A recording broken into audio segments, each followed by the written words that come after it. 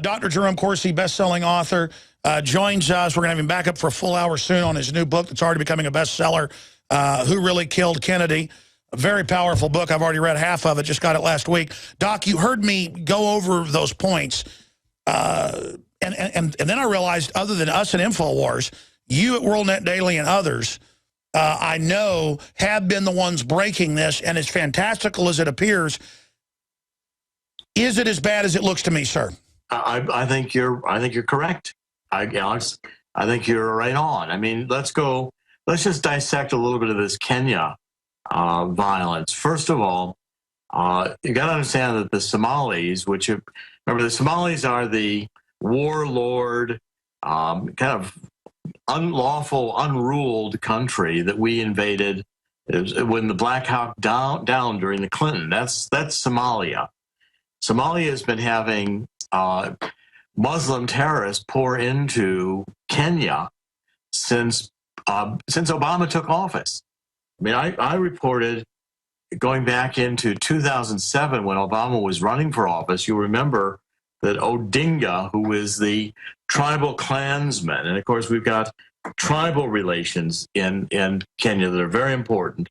The tribal kinsman, Odinga, signed an agreement with the Muslims in Kenya, the National Muslim Leaders Forum, NAMLEF, in 2007, that if Odinga, who was then running for president, were supported by the Muslims, when Odinga got in, he would do everything he could, including revising the Constitution, to favor Islam. And Obama advised him, as your book broke down with the emails, on how to stage riots so they'd give him a prime ministership instead of the presidency when he lost. So bottom line, I should have quantified this. This is basically Obama behind jihadis connected to this attack. This is unbelievable. And it was Obama's plan that when Odinga lost the presidential election at the end of 2007, these riots, which were against the majority tribe and the Kikuyu in Kenya, which Odinga, on behalf of the Luo, which is Obama's tribe, were raising. This was also one of fueling the open avenue for jihadists to pour into Kenya, because Odinga was the Islam-supported candidate in that election. And if you recall, remember they burned Christians in churches, the Luo did, and they, on behalf of Odinga. So they're using Al-Qaeda worldwide as the proxy war to take over all these countries in North Africa and now into Kenya, as you predicted 6 years ago, as Dr. Tarpley predicted in the Obama deception. This has been a plan. You have all the documents.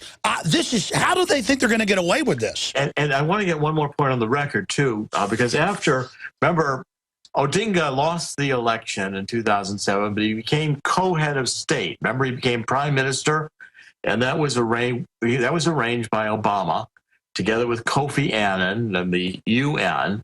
They intervened, and they got Odinga made to be prime minister. Odinga then went and engineered this new Kenyan constitution, which, again, I reported on. Obama supported this with money. We're using U.S. foreign aid money to support the constitution being passed in Kenya. And the new constitution included additional rights for Islam, including rights to be ruled under Sharia law. The whole constitutional revision in Kenya was an open door to Somali terrorists to pour in to the country, and it was engineered by Obama working with Odinga to re-engineer the Constitution of Kenya. What is the master plan? Because you said a month ago here, and you showed the court documents and the articles out of Egypt, and now it's happening that they're running the whole operation, the whole takeover, the money laundering out of Kenya. That's right. Obama's brother, his half-brother Malik, and this has now come out, verified by the Egyptian government. One of the heads of the Constitutional Court, that Malik Obama was running money for the Muslim Brotherhood in Egypt, and also running money for a terrorist organization out of northern Sudan, another terrorist state. Now, I've also reported and can confirm that criminal charges have been filed in Kenya, in Egypt, under Malik Obama in Kenya. There's a subpoena out for him right now. The Egyptians criminal authorities are seeking Malik to bring him, the brother of Obama, to bring him to justice in Kenya for working with terrorists to manage money, the Muslim Brotherhood in Egypt, and the Sudan, Northern Sudan terrorists, this Islamic Dawa organization that Malik also runs the money for. Now, people got to understand about Kenya. The Kenya has been predominantly a Christian country. I've been personally in the mall that's under attack in Kenya. I was there. It's a very beautiful open-air mall, and it's very vulnerable to a terrorist attack.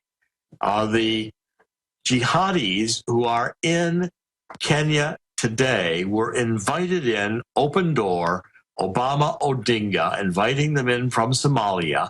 They're known to be terrorists, and some of them are also recruited from the United States. Doctor, let me stop you there because this is a selfish question. I'm breaking this, you're breaking this, Drudge has been breaking some of it. Yes. Some talk radio, Glenn Beck to his credit's been covering it some. We're all in this together now. That's when I really figured this out. I mean, this is not about being writers or being on TV or radio. This is about survival for this country at this point. I'm beginning to think this is a double cross. They're going to turn everything over to radical Muslims. And I've got reporters, not just my crew, but we're talking reporters who are actually being threatened by Saudi Arabian intelligence in Europe and the Middle East. And now I've got reporters, stuff out of movies, where guys get around them and start saying, you know, video and saying, nice family. And I just thank God it didn't happen to me because I'd have got really mad. Have you been threatened? What is your security like? I mean, what do you think of our reports of Saudi Arabia threatens to end career of AP reporter? I mean, it looks, I'm getting sick of this. I think it's accurate. I think what you're reporting is correct. I also think you're ahead of the curve and correct. We've reported it on WND as well, but the Saudis are behind the Islamic jihadists. The Saudis are funding and are supporting Al-Qaeda. These are wars that are largely over oil. They're over the price of oil. I agree with you there too, Alec. Well, why are they so mad at us then?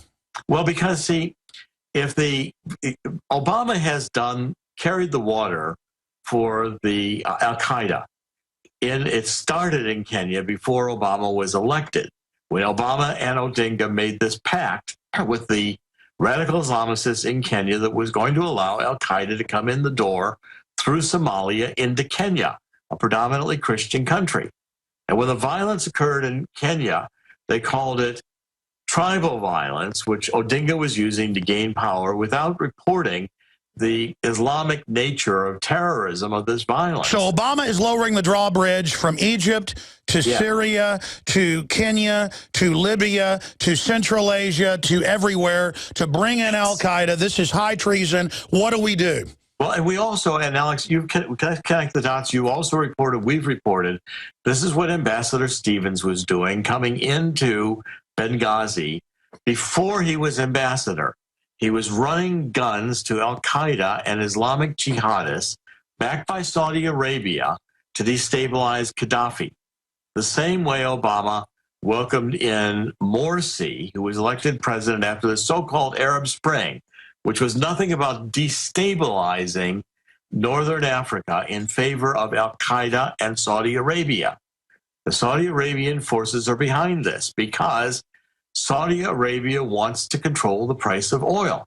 Saudi Arabia does not want any challenge on that, including, you know, a pipeline in the United States, which Obama is against, including a war on coal, which Obama is running. You got to understand the Saudis have managed to get the price of oil under Obama to over $100. That's right. For those that don't know this, the Saudis are the biggest funders of shutting off the fact that we're coal rich. Well, of course, they don't want us having access to our own power. And I'm sick of being like, America is colonized by all these corrupt special interests. It's disgusting. And they want to limit, the Saudis want to limit the amount of petroleum on the world market.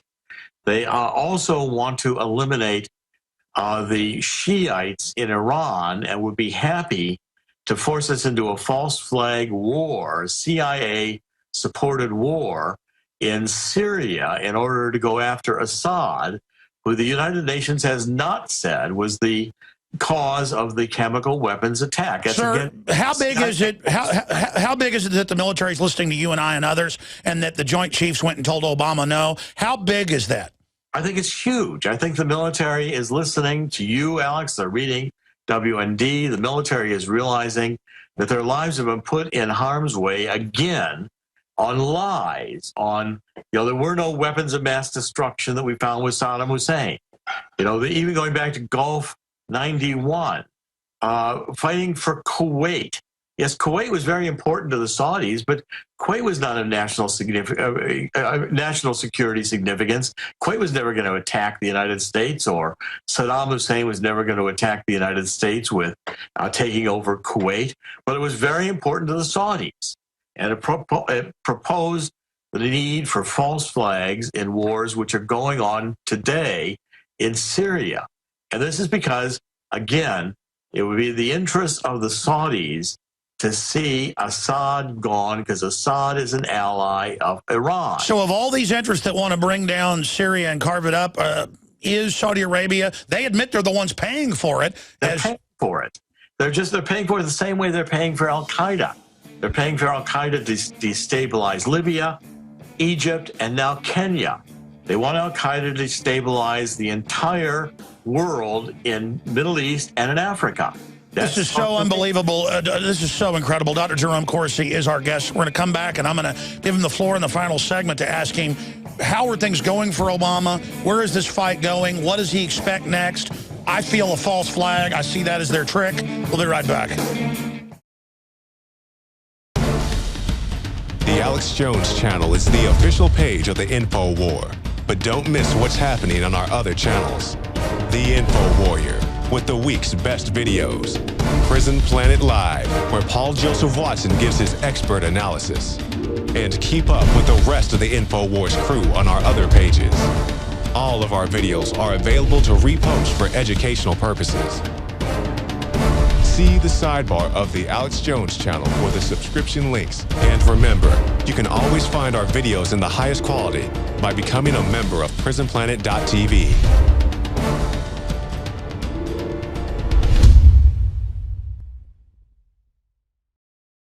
I've been clear since day one. I'm not on the side of Assad. I don't like dictatorships. But compared to what's being put in, he's obviously better, just like Hosni Mubarak of Egypt. And I was just talking to Dr. Corsi during the break about all the Saudi Arabian intelligence crawling all over D.C. They've threatened our reporters before, just filming in public, come over and turn that off, and the cops follow their orders. And Saudi Arabia, again, is somebody you never hear about because they're right in the middle of it. And Dr. Jerome Corsi, I've got you in this segment, the next. Another guest is coming up. I appreciate your time. You've got the floor. Where is this going? How is Obama doing? How crippled is he? What do you expect to see come next? And how do we stop these people? How do we get back on a course to sanity? Well, you got to remember, Alex, Obama's just their current agent in place. Obama's just doing the bidding for the Saudis. He's following his orders. Remember, connect the dots too in the Saudis. Remember that John Brennan, who heads our CIA, as far as I'm concerned, has quietly and secretly converted to Islam. I've believed that about Brennan for a long time. Remember, Brennan was the guy whose security firm helped sanitize Obama's passport records before the 2008 election. The two guys who broke into the passport office to seize Obama's passport records worked for Brennan, and they never got picked up. They never got apprehended. And Brennan advances himself to head of the CIA, from National Security Advisor in the White House. And Brennan has on the record many times as supporting jihadists, as supporting radical Islam. As far as I can tell, Brennan speaks fluent Arabic. He spent time excessively in the region. As far as I can tell, he's converted and might as well be considered to be heading our CIA as a pro-Wahhabist supporting, quietly, friend, ally, promoter, puppet of the Saudis. And the false flag in Syria has already occurred. It was the chemical attack. And I published on WND the films of the rebels launching the attack of the chemicals, not the government. The UN has been over there twice now. The UN has never said or attributed responsibility to Assad. Yet you've got John Kerry out there promoting that Assad is guilty and pumping this false flag. It's the intent to send U.S. military into harm's way for a cause that is not in U.S. interest, but will support al-Qaeda, jihadists, and other criminals that are funded by Saudi Arabia. That's the truth. That's how the dots connect. Unfortunately, that's the only way they connect. Now, and Americans, I think Americans are getting the point, Alex. I think you broadcast, we're working in W&D diligently to get the information to the American people that we are al-Qaeda. We've always been al-Qaeda. Go back to the roots of the Bush family and the bin Laden family tied together. I mean, even Michael Moore in his film was documenting the bin Laden family connections with the Bush family connections. Well, I've noticed this, Dr. Corsi. You can criticize anybody, but you go after Saudi Arabia, all hell breaks loose. Go back to World War II when FDR met with the head of the Saudi family on a boat in the Mediterranean on his way to one of the early summits in World War II. And the deal was made that we were going to use our oil in World War II, and the Saudis were going to back us up. We had Saudi Arabia oil connections going back to pre-World War II era. And if you trace it far enough, you'll find British Petroleum and Winston Churchill right in the middle of it with Iranian oil going back, to the conversion of the British Navy from coal to oil. This, so much of our new world order is based upon the politics of oil to benefit those few families. InfoWarsStore.com, a conscious and involved distributor of independently made products that support a healthy and aware community. Dive into cleaner waters with your own ProPure system and Pro 1D filter. Save 10% with the promo code WATER. We've handpicked a veritable treasure trove of the best non-GMO seed banks on the market. And our selection of films showcases a wealth of knowledge outdone only by our books. Check for combo packs to multiply your savings. Wear your colors proudly with one of these conversation starters. Now available in pink. Get prepared and fund the revolution at InfoWarsStore.com. Dr. Jerome Corsi, best-selling author, worked at the highest levels of international finance and also for the State Department as a consultant, really an expert of experts on what's happening in the Middle East. And think of America now as a castle that doesn't have walls anymore. We're wide open to any special interest. The American people aren't organized except around football. And all these special interests are just running wild to the point of they have such disrespect for us. Obama signs an order 2 weeks ago to legalize what he's already doing, but I've read the code. It doesn't legalize it, to be able to arm al-Qaeda. And you've got this plan to turn basically half the world over to al-Qaeda while using the al-Qaeda threat to take our liberties here domestically. Dr. Corsi, you were getting into the power of Saudi Arabia earlier, but in the 3-4 minutes we have left, you've got the floor here finishing up. How do we stop this? What are you worried about coming down the road? What do we do?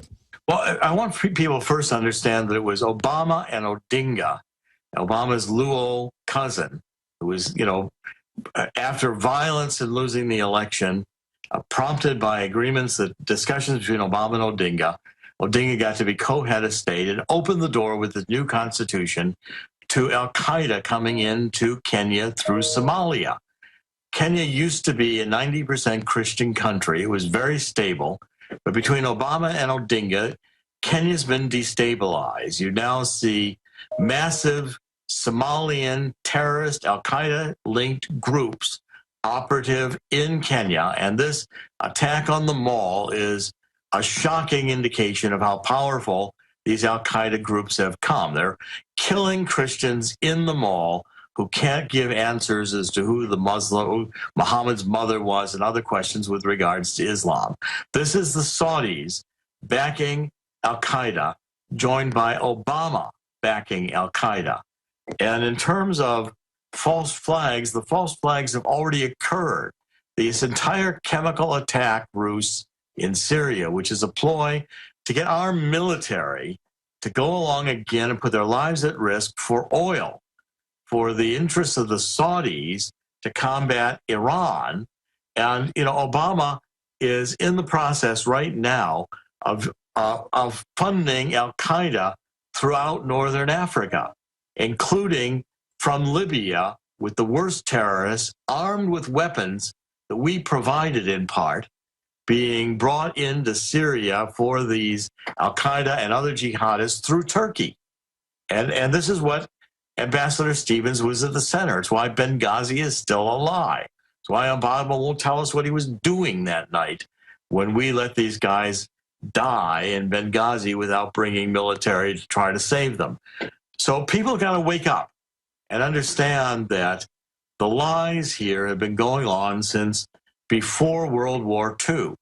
And this new world order crowd that thinks that they can, create international structures, international finance, and push everybody around on lies of al-Qaeda, when in fact we are al-Qaeda, the Saudis are al-Qaeda, and people have got to get that point through their heads.